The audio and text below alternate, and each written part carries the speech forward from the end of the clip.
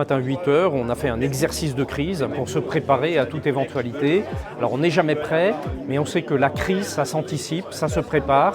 Et sinon, on ne sait pas faire. Donc c'était l'objet ce matin de pouvoir mettre en situation tous les services, d'avoir une crise qui était simulée et de voir comment on réagissait, comment la chaîne de commandement se met en place, comment les choses passent sur le terrain, les questions d'information aussi des gens évidemment qui seraient concernés en cas de crise. Donc c'était extrêmement intéressant et profitable. Il y avait une crise qui était simulée, j'allais dire demi-heure par demi-heure, avec des informations nouvelles et on devait réagir, faire face, s'adapter et prendre un certain nombre de décisions. Et la situation, c'était un camion qui se renverse, un camion d'hydrocarbures qui se renverse sur l'A20, qui nous amène une pollution du sol et avec la nécessité d'évacuer pas mal de monde dans un périmètre donné parce qu'il y avait des risques qui plus est dans ces infiltrations, d'effondrement. Un peu comme un orchestre, il faut arriver à piloter l'ensemble et que chacun puisse jouer sa partition le plus rigoureusement possible et dans le rythme de la crise.